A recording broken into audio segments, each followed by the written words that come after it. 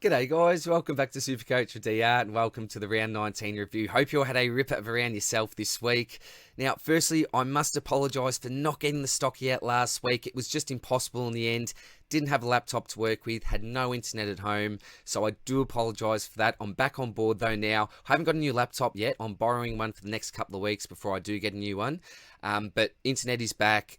Everything is all good. I also got a new phone on the weekend for the first time in my life. I've never owned a brand spanker, but I usually get my wife's hand-me-downs or one of those old second-hand phones from Buy Swap Sell or something. There's a reason for that because I always stuff up my phones.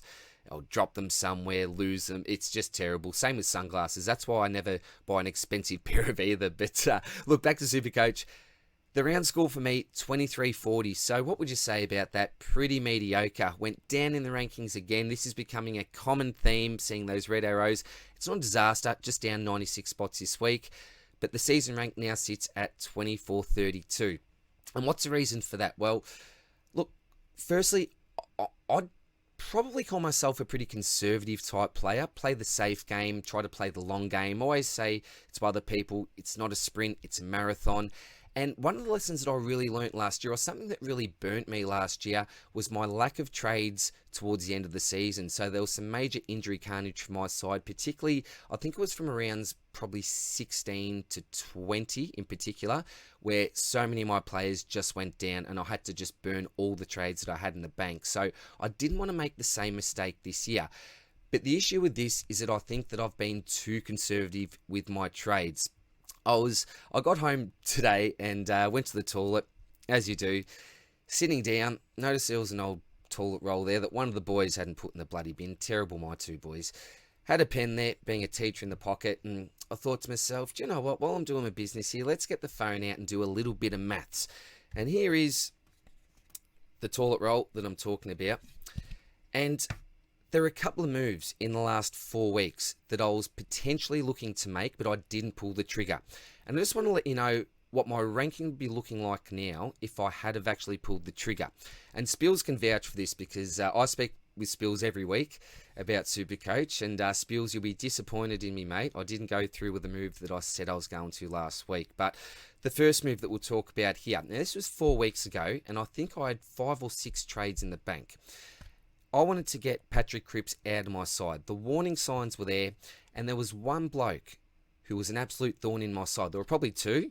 Jordan Dawson was one in the back line, but the main bloke in the midfield was Rory Laird. And this was a bit of a rookie mistake not making the move at the time, because when you identify someone as an absolute must-have, you've just got to bring them in. You've got to find the way to bring them in. And particularly if you've got 6 trades there with basically a full premium side, yeah, it was a really, really bad move. So these are the maths. So 4 weeks ago, if I had have used the 2 trades, it would have been Cripps out and Clark out to some sort of a mid-rookie, and obviously Rory Laird in. So if I had have gone Laird, I would have been up 240 points along with the move that I would have made this week. So the Laird move by itself would have gained me, and I've got it here, 157 points over the last 4 weeks. So 157 points. And then a move that I didn't make last week. Now, I said to Spills on the phone, I said, look, Paddy McCartan's my cover for Hewitt this week. I've still got my 4 trades in the bank. I've kept them for possibly a situation like this. I might pull the trigger if Paddy McCartan scores a 55 or under. Now, Paddy scored a 53, so I should have made this move. I only had 8 grand in the bank. I was going through the players with Spills, probably not this guy. Came down to a couple of options, and the one bloke that I thought in the end that, yep, I'm going to go for if McCartan doesn't get up or doesn't score too well is Adam Saad. Now, what put me off the move a little bit was the fact that 2 out of the last 3 weeks, he got 70 type scores, and looking back at the data, back at the games, reading up on him, I couldn't really put my finger on why he'd had those poor couple of weeks. Because remember, he had a great stretch. I think it was about 6 weeks where he was going 100 plus with a couple of decent hundreds thrown in there as well. So if I had have made that move, we know what he would have scored. So that's he scored 136, McCartan with the 53. So if I make the Laird move 4 weeks ago and that simple move last week, and mind you, if I had have made these moves, I would have had 1 trade in the bank now, but Rory Laird my side and Saad instead of Hewitt, I would have been up 250 points. Now, I added 250 points to my current total score, and my ranking would be around 1,250. So that's basically halved what you see there, 2,432. So if I had have gone the more, I suppose, aggressive approach, got in Laird, who I thought's must have, made the move last week. Remember, I said if Paddy goes under 55, I will make the move. Just didn't in the end. Yeah, that ranking would be looking pretty nice at the moment, and I'd be making a pretty big assault, I think, at the top 1K. However, as things stand, I'll be pretty lucky, I think, just to finish in the top 2K. But I'm going to finally make a move this week. I'm hoping that those 4 trades in the bank can give me a little bit of an advantage. Who knows? We may have some major injury carnage in the next few weeks, and then I may be laughing a little bit over other teams that have traded more aggressively and don't have any in the bank. But I'm definitely going to use 2 of those trades this week, and I'll most likely use them in the back line. But look, that's a fair ramble at the start. Let's see how the team's looking, and then I'll tell you all about the trade that I'm going to make this week. Alrighty, now, given the fact the intro was a pretty long one this week, I will skip through the team and then get to my trades. The first man here, Jack Sinclair, we know what we're going to get from this man each and every week. Unless he cops a defensive tag, he should give us 110 plus. So 117 from him. Super, really consistent type game. Sis, well, the pattern with Sis has been ton, sub-ton, sub-ton for about the last 6 to 8 weeks, I think, from memory. So the good thing about his sub-tons is that they're still around the 90 mark. I think his lowest scores are mid-80s. Apart from that, they've all been mid to high 90s. So we can live with that as a floor type score. And we know that he also possesses a really nice ceiling. But the form that we saw mid-year, early to mid-year, that's died off a little bit. But still a fantastic pick to have. Georgie Hewitt obviously didn't play. Yeah, I wish I had have brought in Saad, but oh well, it'll allow me to make a different move this week anyway. Doherty, really poor first half. Got a little bit of junk time disposal in the end, but the scaling was all done and dusted by then and just couldn't really add to his total. So 73, super disappointing. He's been very up and down as well. Very hard to trust is Sam Doherty. Jaden Short, I'm over Shorty. You would have seen the title for the video, See Ya Shorty. He is gone for me this week. Just can't stand having him on my side. Sorry, Jaden. It's the role, playing off the half-forward line. CBA's a right down. I just want him back to the back line. Well, I don't now because I'm going to trade him out of my side. But yeah, initially I thought when he did move into the midfield, this could be great for Jaden Short. Here we go. Ceiling will increase even further. It's been the absolute opposite of that. It's been shambles. It's been a disaster, this positional move. And he's now also playing out of the forward line a lot. So Shorty, gone for me this week. Sick of his scoring, just too mediocre. And I tell you what, if it wasn't for Jaden Short, this bloke would be absolutely gone out of my side as well. Jack Cripps has not hit the ton. I think it's been, 5 weeks now where he hasn't gone 100 plus. Best score, a low 90, I think. It just hasn't been happening for him. Again, he was on about 50 points at three-quarter time. I must admit, he was really impactful in the last quarter. Really helped Collingwood to get over the line. So yeah, again, what do you do with him? I think if you don't own Jaden Short, then get rid of him if you've got a luxury trade or two. I just don't see 100 plus coming anytime soon. The role is okay, but I just can't put my finger on it. Things just aren't clicking for him. So yeah, if you've got some luxury trades, Short and Crisp, definitely on the chopping block for me. In saying that, what's going to happen with this man, Georgie Hewitt? Well, if he's not back, my trade plans may change and Shorty may actually survive somehow, but we'll see how we go. Wait for the team sheets. Paddy McCartan, so really frustrating. It's like the first time that I don't actually need him. 2 weeks ago, he goes 100 plus. And then when I do actually need him, he gives me some pretty average scores. So again, a really slow start to the game.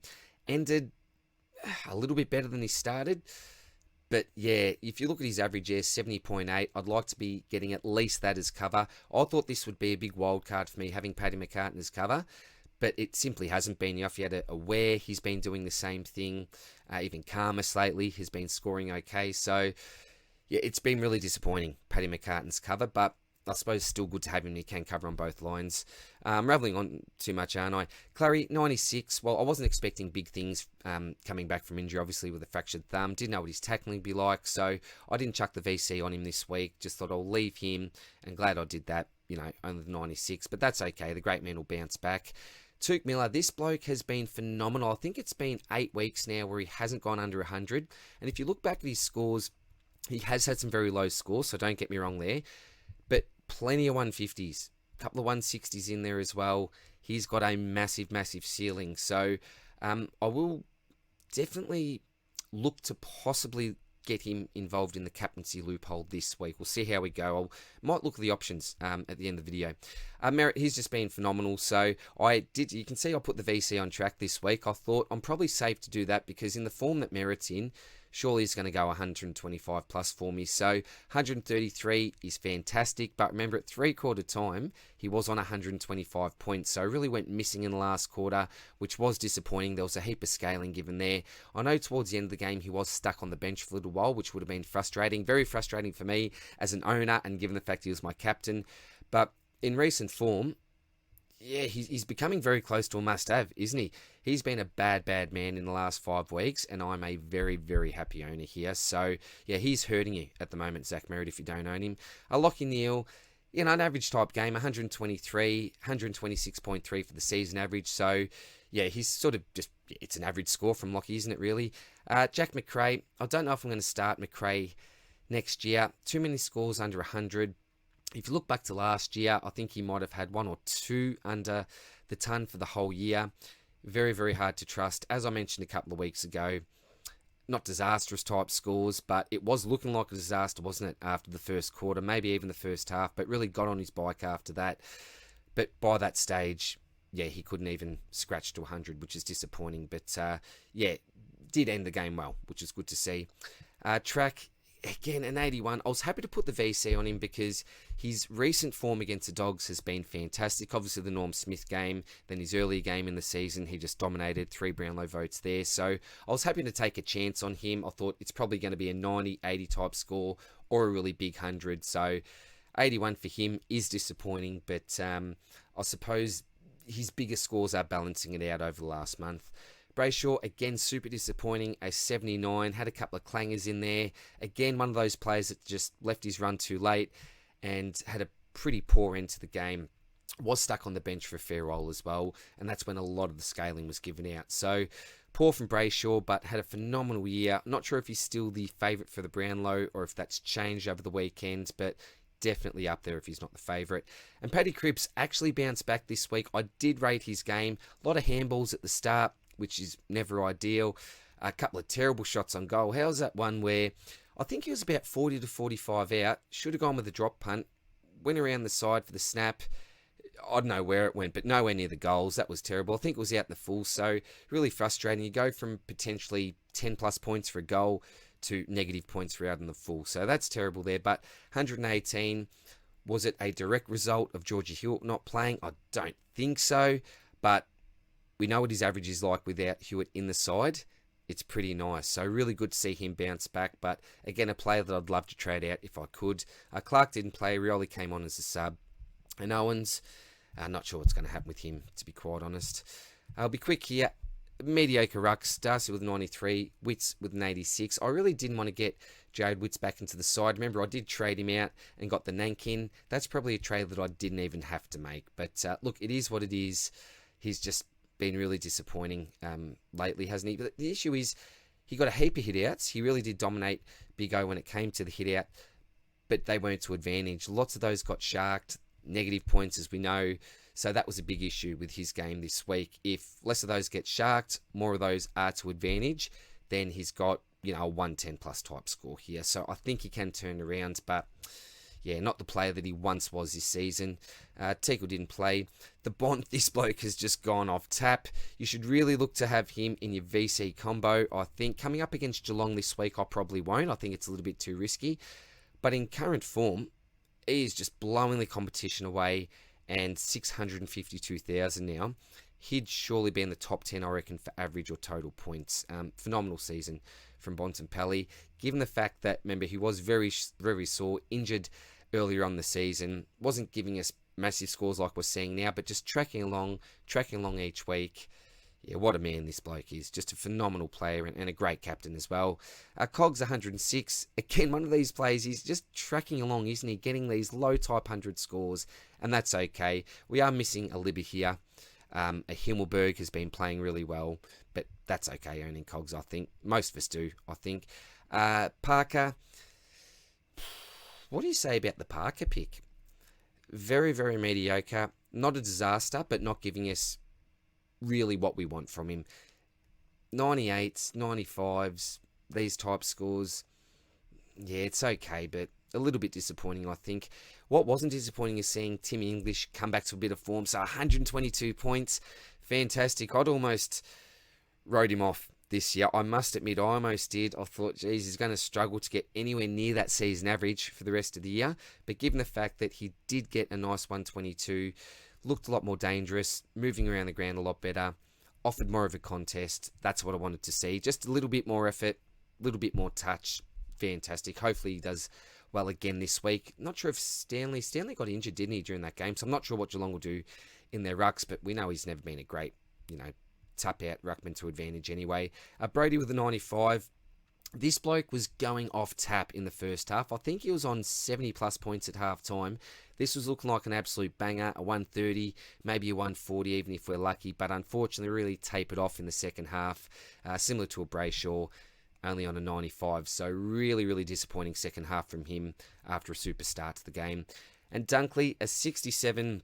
In his current role, I think he's almost a luxury trade-out option. I can't believe I'm saying that, but when I'm looking at the other options here that we've got, they're all, pretty solid type. Dunkley just has not been solid for the last little while, has he? Really highly owned player. So the issue if you jump off is that if he does hit form again, maybe has a change in role, attends a lot more CBAs, then you could be in a bit of trouble. But if he continues how he is in his current role, more of that forward type role, then I think that you're safe to jump off. And if you can get to a Himmelberg or a Libber type, I think that's what I'd do if you've got the luxury. Crazy to say that, isn't it? And then Moses and Dirksen both didn't play. So this has gone for ages, hasn't it? Apologies. Let's get to these trades and then I'll let you go. Oh, now captaincy as well this week. I better just... Who are we going to go? So, because I always forget to go through my captains each week. I really like Took this week. I really like Zerad as well.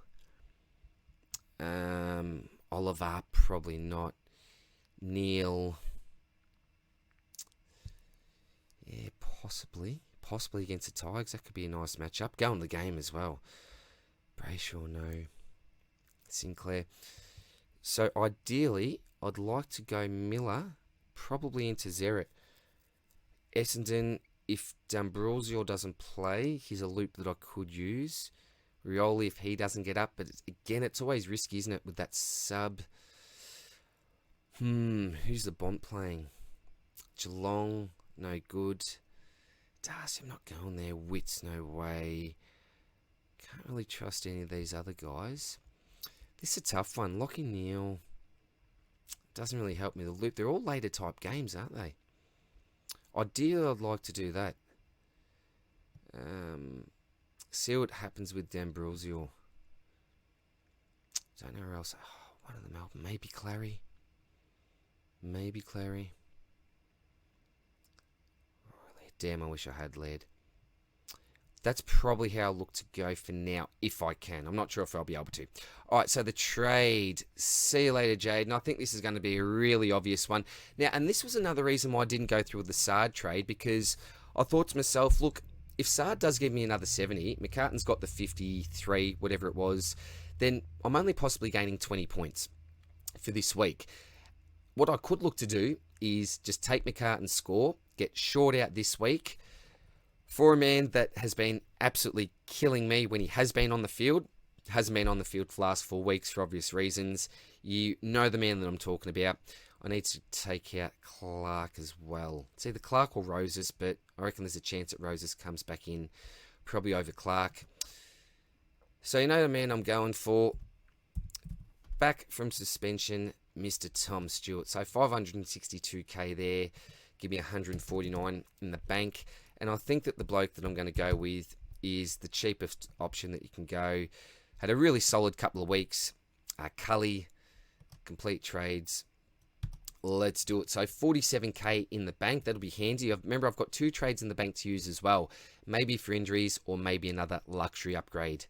So that's how the team will line up. So we'll have McCartan, obviously, as that coverage. I've now got Cully as coverage. I expect him to play for the remainder of the year, and hopefully he can give us some 60-plus type scores if we need him. Fingers crossed I don't.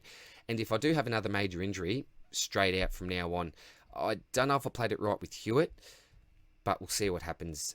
If he's out again this week, Stewart comes in for Hewitt, and yeah, I'll have a lot more money in the bank. May even make another luxury trade next week. So, look, that is the team for now, guys. Hope that you're going well. I do apologise also. I don't think I got to any of the comments or questions in my latest round review.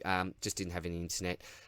Just didn't get back to the video, unfortunately. So, I'll definitely get to all of those this week. If you're a member of the channel, always appreciate you guys. We'll definitely have a chat this week again. But I need to get my Insta details because I've got the new phone now, and all my details just automatically in my other phone. I can't remember what it was, so I will get onto that. If not, we'll find another way to do it anyway. So I hope all is well, guys. All the best of luck this week, and I'll see you soon with the Stocky. Cheers, bye.